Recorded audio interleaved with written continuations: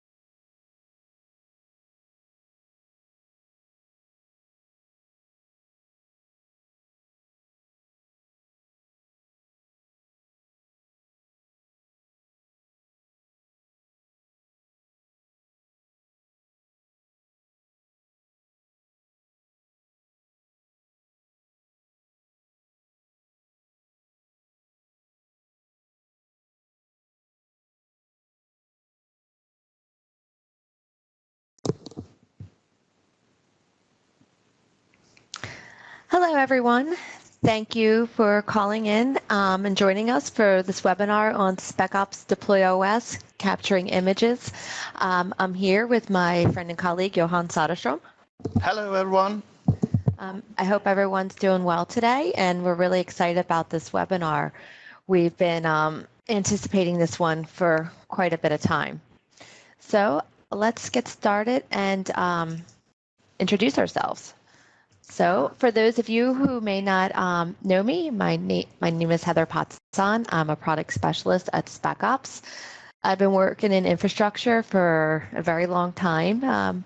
Some things I enjoy is traveling, dancing, Formula One racing, and you could see the mother to Harry Potter and Hermione there. That was my kids last year at Halloween. And my name is Johan Söderström. I'm also product specialist here at Specops. I worked too long in this deployment sector, and I love travel to countries. As you can see on the new Chromecast stuff, I'm a technology geek, and on my little picture you can see I love food and wine. So for those of you that have been attending with us, we've been doing the Deploy webinar series. You can see we've gone through many weeks. This is week 6, so we are going to be discussing capturing with Deploy OS this week. And then coming up in 2 weeks is Rohan's top 10, so I'll tell you a little bit more about that at the end of the session. So today's agenda. We're going to give you an overview of capturing. We're going to talk about that in general a little bit. We're going to go through the types of images that you can have. We're going to discuss then the capture OU, the capture process, and then a little bit about handling applications. And then, of course, as always, we'll have plenty of time for questions and answers. So if you do have any questions and answers, please type them in at the Q&A box at the bottom right-hand side of your screen, and we will get to all of the questions at the end of the session. So let's get started. You ready, Johan? Yes, absolutely. I'm pumped. You're pumped. I know. I've been getting you psyched up about this all week. So why capture? Well, if you want to make a custom image instead of just using your generic Windows source files out there, you're going to capture. So then you can record an existing image of a computer, of a Windows installation. And why would you want to do this? Well, you're going to save a lot of time because your capture is going to include patches and updates already. and you can customize the Windows experience. Now, one thing I know a lot of people get confused on is a capture and a clone. So clone is the old school way when like Johan started his career using Ghost, that you would just take a clone of one whole computer and pretty much save it and then just dump that on another. But that's really not a good idea to do it on so many levels because there's driver issues and hardware and this and that. But with capturing, you're just taking a capture. It's being sys-prepped and it's being cleaned out, and you can install that on different models. So it's a whole different process from the way it was done years ago. Anyway, anything else you want to add to that, Johan? No, it's much smoother today. So back in the days, it was more of a a very you had to take your guess if it would work. You never know. So it's like hold your breath. Yeah, exactly. So today it's much more Scientologic. So you can actually you can know it will work if you do it correctly. So when we talk about images, though, there's a few different types of images. So we want to kind of make it clear to you what the types are. First of all, we start with flat. That's just using your source files. So those of you who have already used deploy, you know you have to insert your source files into deploy, and you can use that to push out vanilla 7.8.8.1. No changes, just as it is, as if you build a machine off the ISO. Then we have something called the thin. And that's what you get your source files and you patch it with Windows updates. We're not talking about third-party apps or updates at this point, just patches, service pack, Windows updates, thin image. And then there's thick. And that's where you could put some apps on. And when we talk about apps, and we're going to get into this in a little bit detail in a few more minutes in the webinar, is when you want to put apps in, we want you to deploy the apps with app deploy to your capture machine so they can be managed. And we will definitely talk about that more, but that's when we say a thick image, what we mean.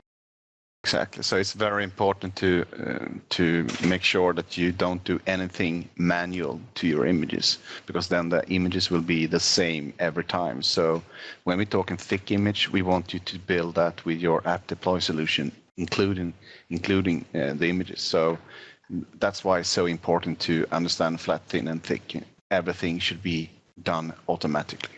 Yeah. What's your favorite type of image, Johan? I would say thin.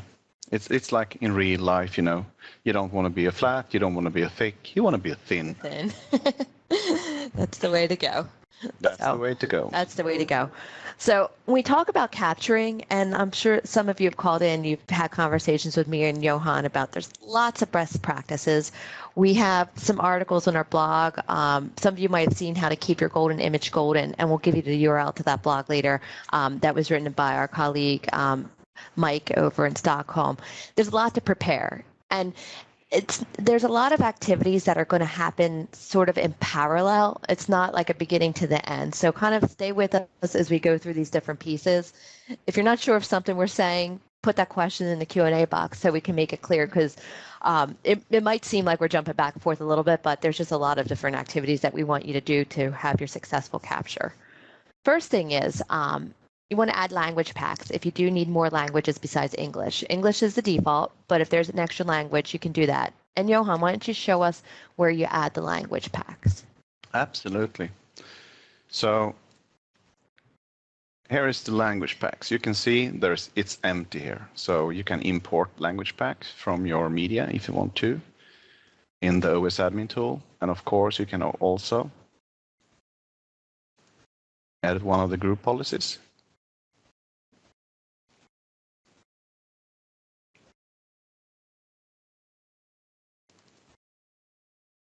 As you can see here, you can add the language packs here. It's empty, of course, but here you have it. Thank you. So, and again, you're only going to need that if you need a language besides English. The next, you got to get a VM for your image. We always recommend VMs to do your image on, and we want you to deploy that with deploy the source files. We don't want you to take your ISO and build your VM from that. We want it deployed with deploy.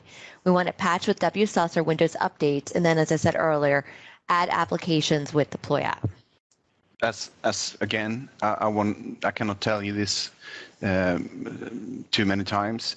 Make it all happen automatically with a deployment solution. Never do anything manual, because then you don't have to add anything into the documentation how to build your image. So make it happen automatically.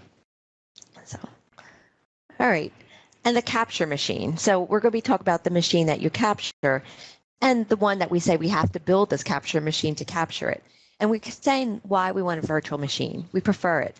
Well, for a few things. Part of capturing is sysprepping. And sysprepping, you remove things. If you're going to capture a physical machine, then you're removing drivers. And the idea is to have an image they can use for all different hardware platforms. So we don't want to have to strip out stuff. We want to make it pure and easy so it fits in best. And we know it's successful time and time again. The virtual machine is the best way to go. It works. Also, you could take a snapshot. The nice thing about this is, and snapshot after you build it, but before you capture it. It's so important because something goes wrong, you just can roll it back with your snapshot. In 3 or 4 months, there's more patches out there, so you have that snapshot after you capture it the first time, roll it back, leave it sitting on your domain live, update it, get the service pack, patches, whatever's changed, and then you can capture it again. Yeah, but snapshot it again, Heather. So before you do a capture, snapshot again, then you have today's data on. So you move forward the snapshot all the time. So you don't have to roll it back to a year ago. So snapshot. So snapshot before you do the before you capture, always, yes, exactly. Snapshot before you capture it. And there's something else I want to say about that. Oh, and the other reason why we say snapshot again, because when you do want to go and update that machine, you don't want to sysprep an already sysprep machine. So if you take the snapshot, roll it back when you're done, do your update snapshot again, then you're doing it. It's cleaner, it's pure. That's the way we like it. Few things about the VMs, because I know we've had questions and confusions. Hyper-V recommendations are use Generation 1 and the legacy network card. And why we recommend Generation 1 is because if you use Generation 2, you will change the boot order. So instead of changing the boot order all the time, use a Generation 1 machine, and you're good to go all the time. Exactly. And with VMware, that I have painfully learned the hard way, and Johan had to correct me on this once back in the day, is you need to use the E1000 legacy network card.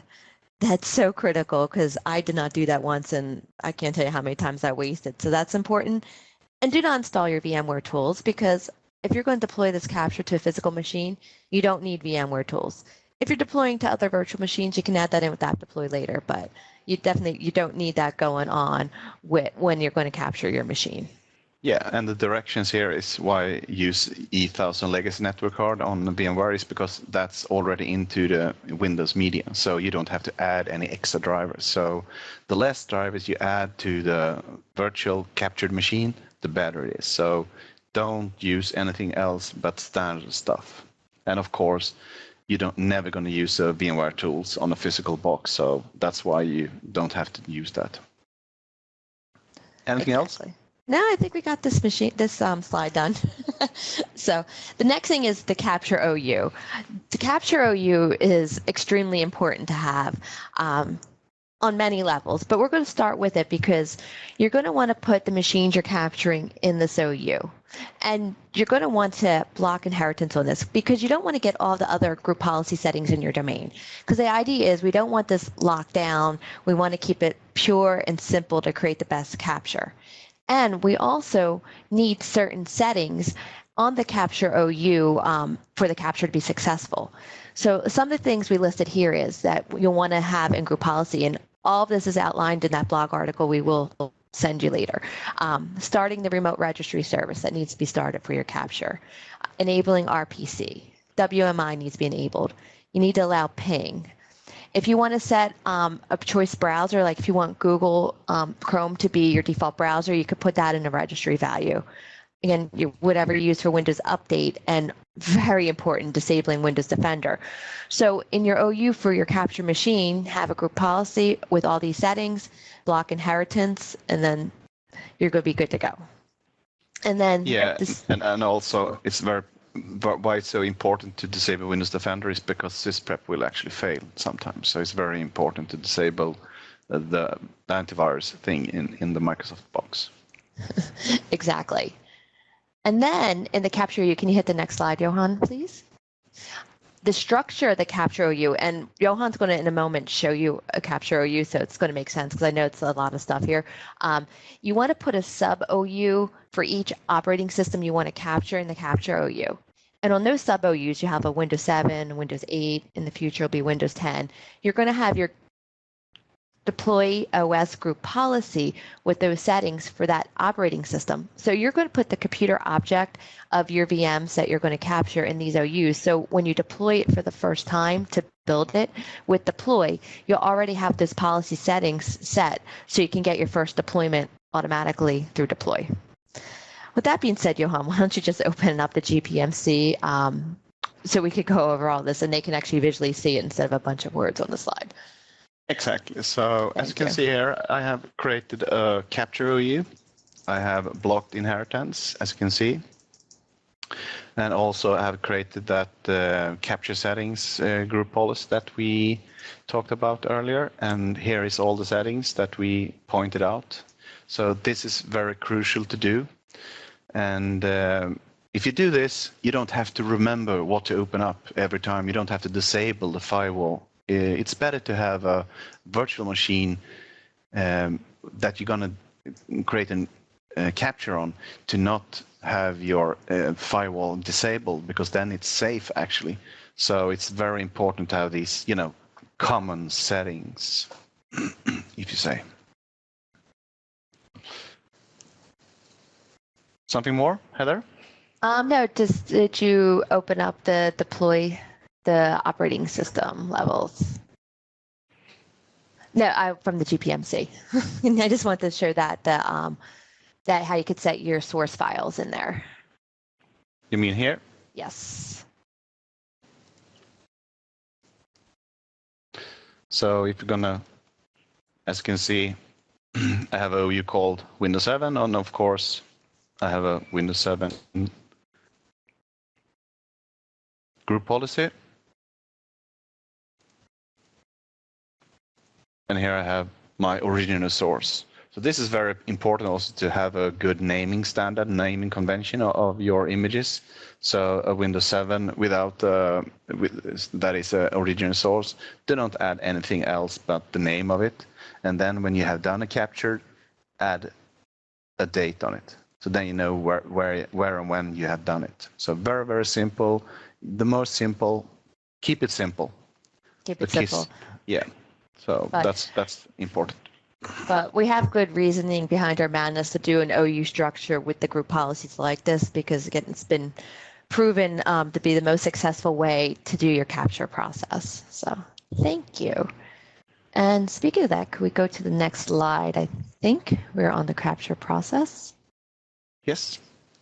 I don't see. Oh, okay. The capture process. So before I get started and explaining what happens to you in the capture process, Johan is just going to show you how you would actually kick off the capture of a machine. Yes. Let's see if I have that machine started. Give me a second. No problem. Because there are two ways to start the capture process once you're ready. So at this point, we're at your machine's built. You build it with deploy, did the updates, deployed any apps that you wanted to use at that point. And then you took that snapshot, and now we're ready to kick off the capture. I'm not ready yet. You're not ready yet? No problem. So we'll give you a second, and I'll start talking about what happens once we get into that. So typically what we do is you would remove, once the process kicks off, deploy removes the computer from the domain. And the reason why we do that is because it's part of MDT, and that's the MDT process. So I know a lot of times people ask me questions like, well, why are we adding the computer to the domain if it's going to get removed? Or why do we have to bother having it in the domain? Well, MDT requires that, and MDT is what we rely on. It's one of the prerequisites that we use to do this. So it will always remove it from the domain, but to get all the group policy settings and establish, it has to be on the domain. Once it's removed from the domain, it will reboot, come up, it will sysprep. And it goes through the process of sysprepping, because that's the other question that I get a lot of times is that, should we sysprep it, do all this stuff ahead of time? Don't worry about that. We will do the sysprep. So we'll sysprep it, and then it's going to start generating the WIM. And then once the WIM is generated, you can go ahead and put that into deploy. So now I'm starting the machine up. I was actually forgot about that. Not a problem. If you're able to open up the ADUCT so we could see the kickoff of that. Yes. Did that disappear? No, right now we see the slides, Johan. Where is it then? Yeah, we don't see your ADUCT. Sorry about this. I see your Windows 7 machine. Perfect. So we want to see, this is where we like. Perfect. Sorry about that, everybody, but. That was my mistake. It happens. I'll let you go this time. Thank you. So see if that machine is now started. I hope so. So otherwise, we will do it again. So this is how you kick off a capture. I think that most of people have done this, but it's very easy to do. So all you have to do is right-click on that computer object, and we will start a capture.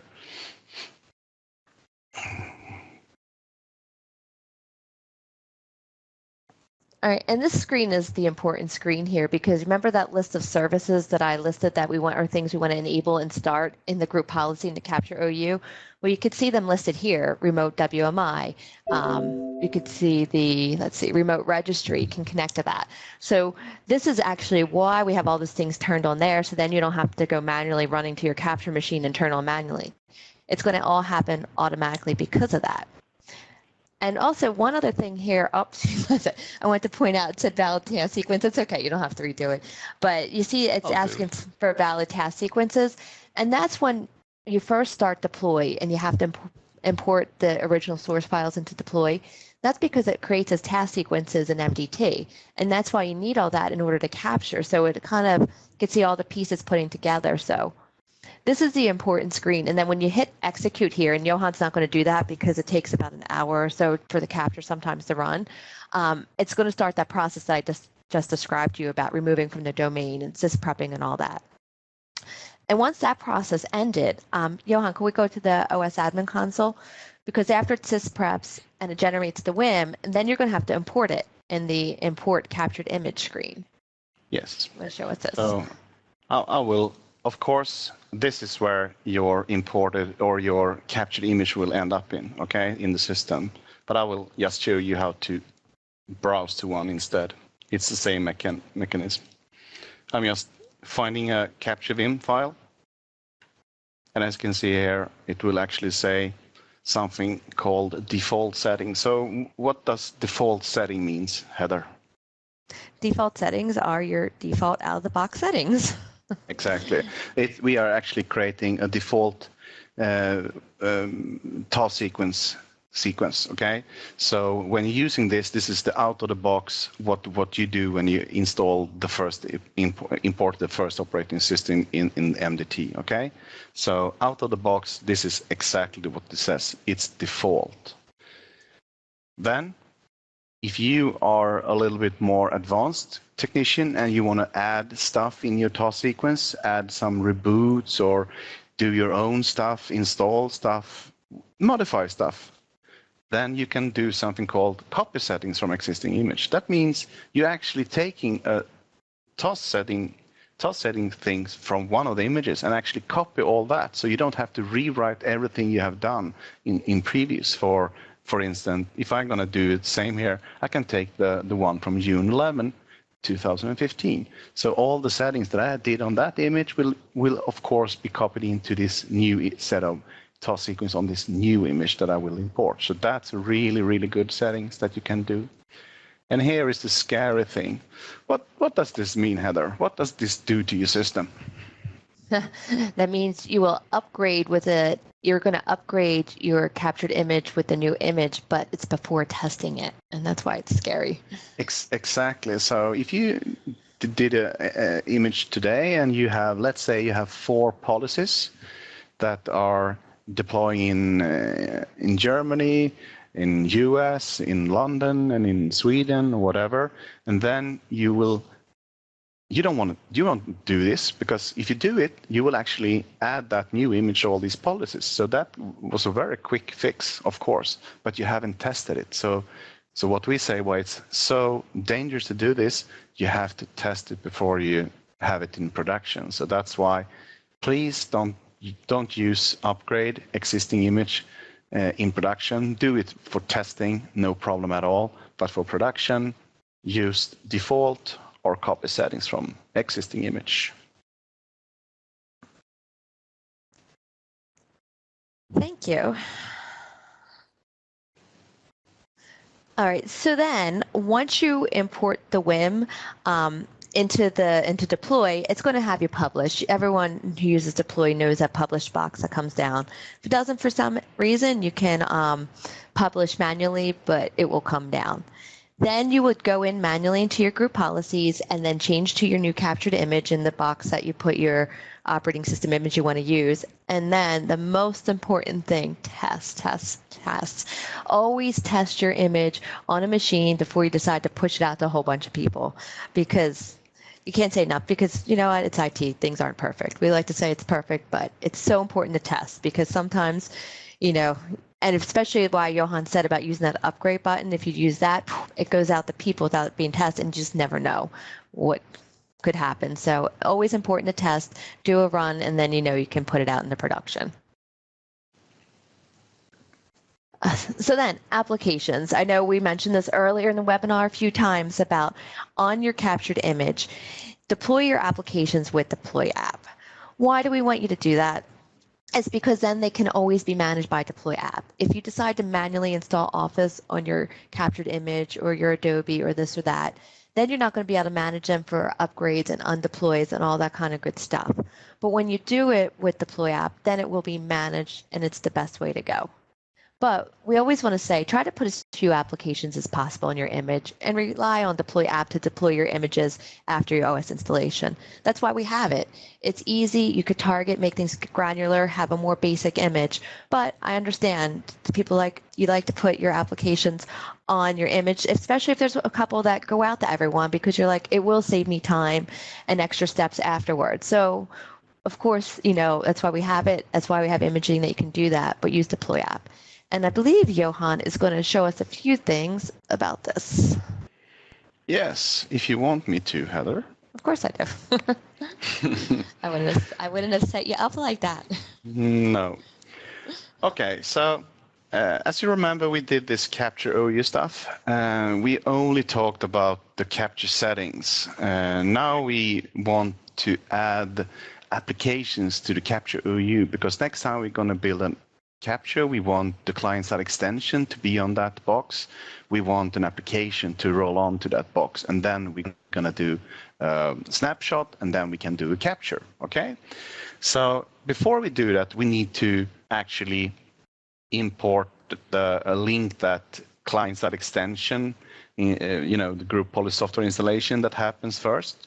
So to that OU, that's the first thing. That's really important. Secondly, before you add and link your applications, your Specops deploy applications to that OU, you need to think about some things, okay? Because as you can see here, I have my applications GPU up here on demo machines, but on capture it's blocked. But I have put it in here again. So before we can just link that applications GPU into that capture OU, it's very important to understand how deploy works, okay? So it's all about targets. So 7-zip, as you can see here in our demo environment, is very simple. The criteria is more or less, you have to be in demo machines OU, and you have to be a member of a group called 7-zip. Okay, so a capture machine will never, ever be member of a 7-zip group, okay? So I'm good with that application. But maybe a standard target maybe can be something more tricky. So what I have already prepared as a good chef, I have actually the normal standard target just pointed out the OU demo machines, okay? But I added the capture OU and I toggle not to that target, okay? That meaning the standard application will not be able to deploy in capture OU. That's what I want. And I have to do that on all the standard Windows 7 targets I have here.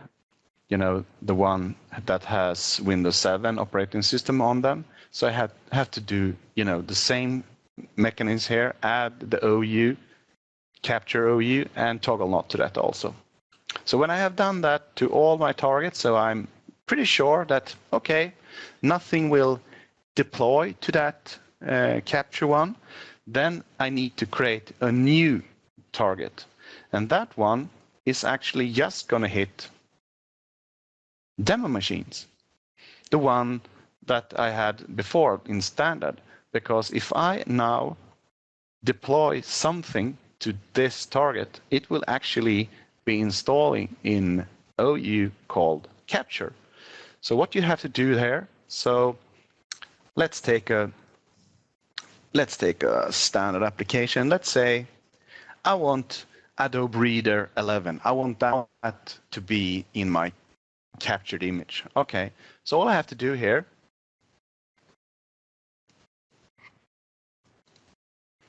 edit my deployment. Instead of using standard, I'm going to use that instead. It's called standard and capture OU. Okay, so I press OK on that one.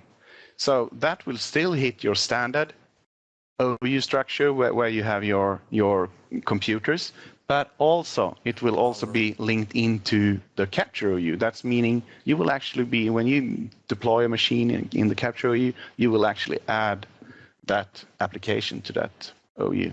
So this is how you can have Specops deploy to actually add applications before you do your capture in your capture OU. Back to you, Heather. All right, thank you.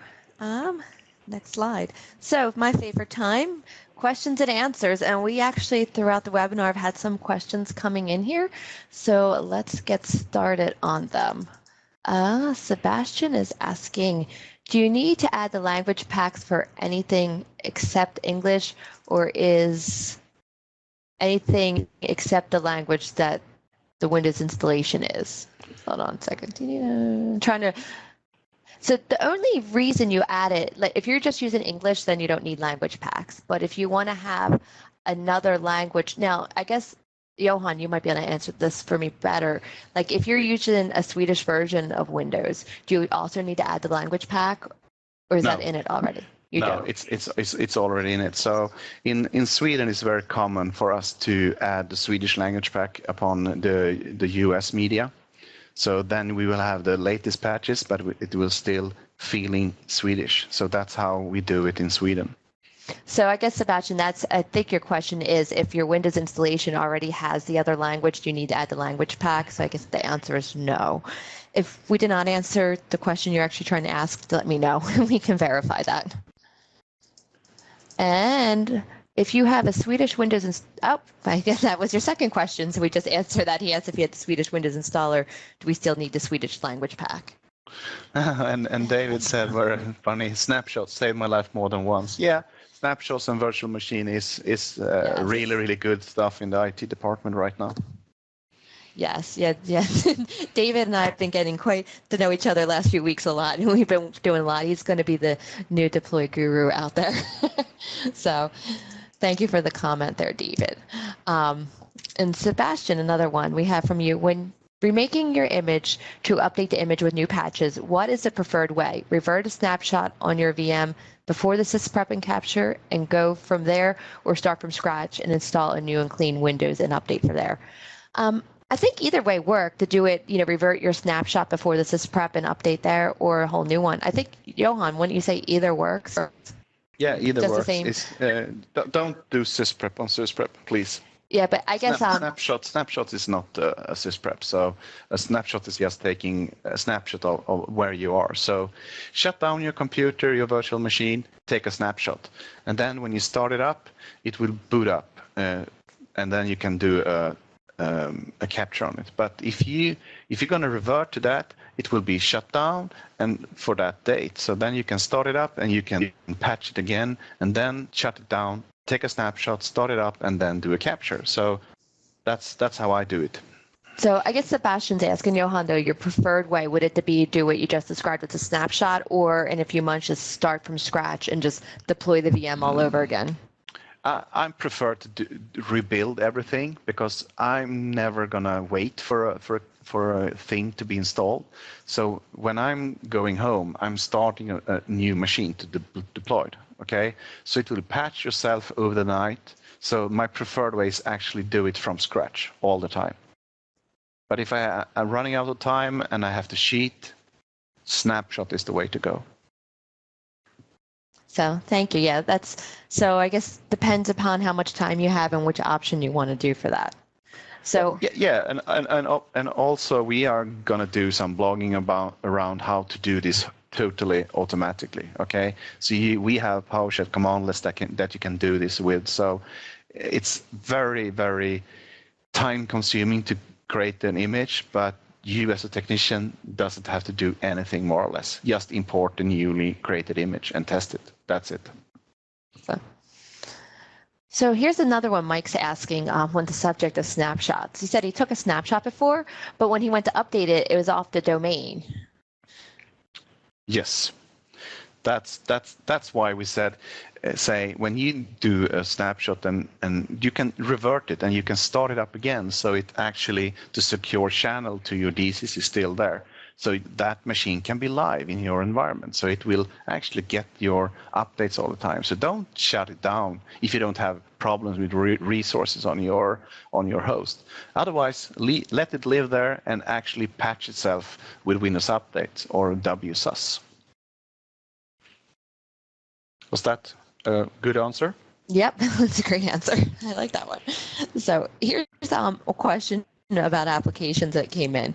So what happens with my applications if I deploy them with deploy app on my image, then later I want to upgrade them with deploy app after the fact? Yeah, what will happen is if you didn't upgrade your image, then the first thing app deploy will do is undeploy that old app and install the new app, the new version of that app. So that's the beauty with what you call the manage your installation. So it's very important to understand the mechanism in Specops deploy app. Yeah, and it's really important to do that, and we can't say enough that that's the way to go with that. And speaking of apps, Colleen's asking, for Office, do we recommend doing that on the image? I would say no. For Office, I would prefer, and this is how we do it internally at Specops, use deploy app to do it. Don't put that on your image. It's going to make it a bigger image, and I like just doing that after the fact. It only takes a few more minutes, and it's part of your installation process if you just do it with app deploy. Yeah, we have a lot of customers who's doing it in the image, and they actually have problems when they do capturing. They cannot get the capture to work afterwards. So if they leave the Office out of that combination, just leave it and just do a flat, or we say thin image, it will work, because Office will work to install and patch itself during the installation of the machine. That will work beautiful. So I would recommend not to add Office into the image. It just sometimes some patches does something wrong with your image, so it will not work. So that's how the Microsoft world works sometimes. Exactly. So David's asking, what is typically in the GPO for the OS capture versus a GPO for the deploy settings? Well, the difference is the GPO for the deploy settings, that's going to have your image and all the deploy stuff.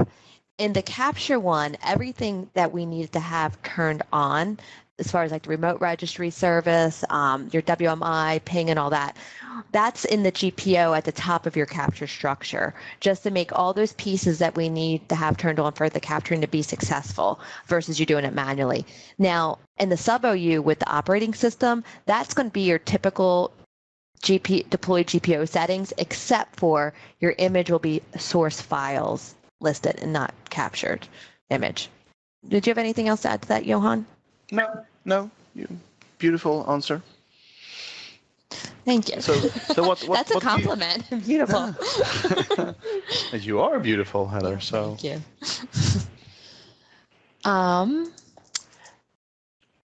And can we go over the process of capturing an image with deployed apps again? Do you capture the image after the apps are deployed with Specops deploy?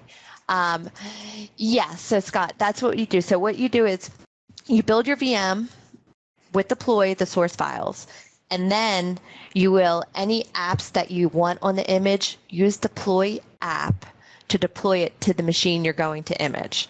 Then take your snapshot. Then you would do your capture process. So. Exactly. So it will be like that machine is in production, but it isn't. It's actually in your separate capture OU still.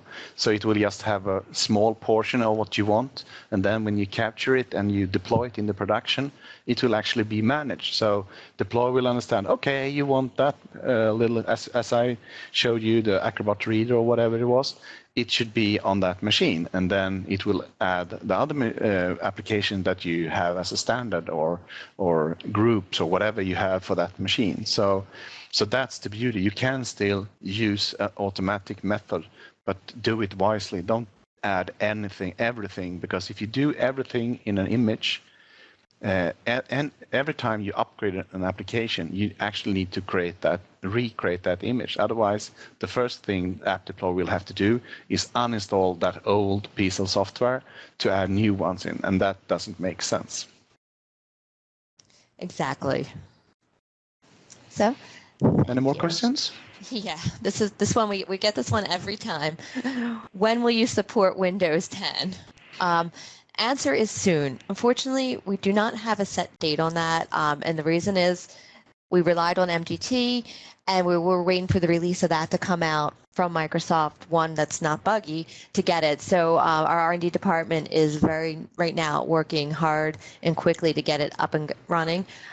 So we don't have the exact date yet, but trust me, marketing will be sending it out when it happens. And when it happens, Johan and I will also be doing a Windows 10 webinar.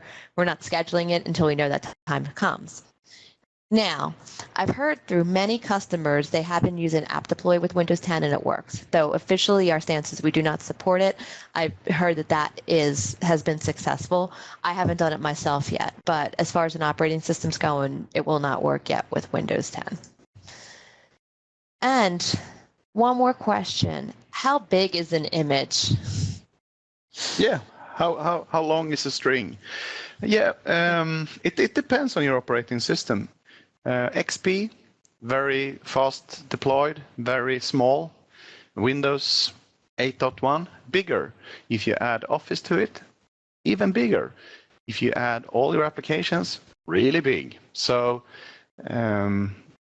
you actually don't gain on having a lot of applications in the image, because that takes a lot of time for you. So I would say the image is as big as the operating system with patches and the extra applications you have. So it can be actually the biggest image I have ever seen was more than 40 gig, and that was a school that had all the Adobe suite on it, and they rebuild that machine every week. So that was the biggest one I ever seen. So it can be really, really big. So we got one more question in here also from Eric. Is it possible to skip sysprep? I don't think so. No, it is part of it. No, it's if you don't want to use sysprep, then you should go with flat, because all operating system from Microsoft since Vista is actually sysprepped. So if you install media today, you actually install from a Vim file, the same mechanism that we do. So the beauty with the sysprep, why you want to do that is because you want to do it, neutral. It's like Sweden. We are neutral. We are friends with everyone, and we don't dare to fight with anyone. So that's how it works in Sweden. You're like Switzerland. Yeah, exactly. Switzerland and Sweden the same. So that's why sysprep is part of the capturing. So you need to do that. So. Thank you, Johan. And we just had a comment from Sebastian that he would like the email with the blog. You mentioned that's going to be coming out about the patching. We will make sure you get that. So yeah. No, I remember you, Sebastian. So no problem. I will make sure you have that. And if you don't get it, it'll be Johan's fault. So you heard it. Everyone heard that. So he promised that. Absolutely. All right. I think that's wrapping up our Q&A. Can you hit to the next slide? So resources. Couple good resources here to keep your golden image code and blogs up there. Another one where we actually didn't mention, I don't know how we forgot to mention this, is I wrote this blog article about unwanted APPX applications, which we'll make sure that gets sent out with the post-webinar links also. That is actually an article we wrote that, the good thing is if you don't want all those APPX applications in that comes by automatically from Windows, in your image, this is a way to strip it out. So take a look at that blog article because we didn't really dive into too much details with that, but that could be a great thing you might want to do within your image. Exactly. So your start menu will be very, very small on a Windows 8.1 box. It will only be Internet Explorer, desktop, and things like that. So very, very small. You don't have to have all the Bing stuff in there. So it's very cool. Cool. All right, and then last slide. Can you hit that? I mentioned it. In 2 weeks, we are doing Rohan's Top 10. So I hope everybody comes to that. It's going to be a fun week. And what it is, Rohan Watkins, who is our top support product specialist in North America, he is going to be our special guest star on this. So for any of those of you who have called into support, you have talked to and know Rohan. And what he's going to do, he is going to come up with his top 10 deploy support issues that everyone should be aware about, because I guarantee you at least one or two or not more of those top 10 or issues you may run into or will run into. And we're going to talk about them and the solutions for them, and I think it's going to be a lot of fun, a fun way to wrap up the series, and you'll get to hear Rohan's voice because he's got a quite nice voice. So I think it'll be a fun week that we're going to have together. So I hope you all sign up and come in, and I'm actually going to be going up to Toronto to sit with Rohan for that week, so I won't be in Philly, but you'll still hear me just the same. So okay. All right. Thank you, Johan. Thank you, everyone. It's been a great session. Thank you for your questions. Oh, wait. One more question came in quickly. How do we ask for new features, and what's the procedure for getting them to you? Great question. You could email them into the support line. If you know a product specialist that you work with a lot, you can ask us. You can email me or Johan, or even email them into marketing to the email address. And then once we do get feature suggestions, we submit them, then R&D reviews them and puts them in. But if there's anything that you guys have or want to see, if anything, like you said, could send it to the marketing or support or directly to us. Yes. So, all right. Again, thanks a lot, everybody, and we'll talk to you again in 2 weeks. Thank you. Bye-bye. Bye.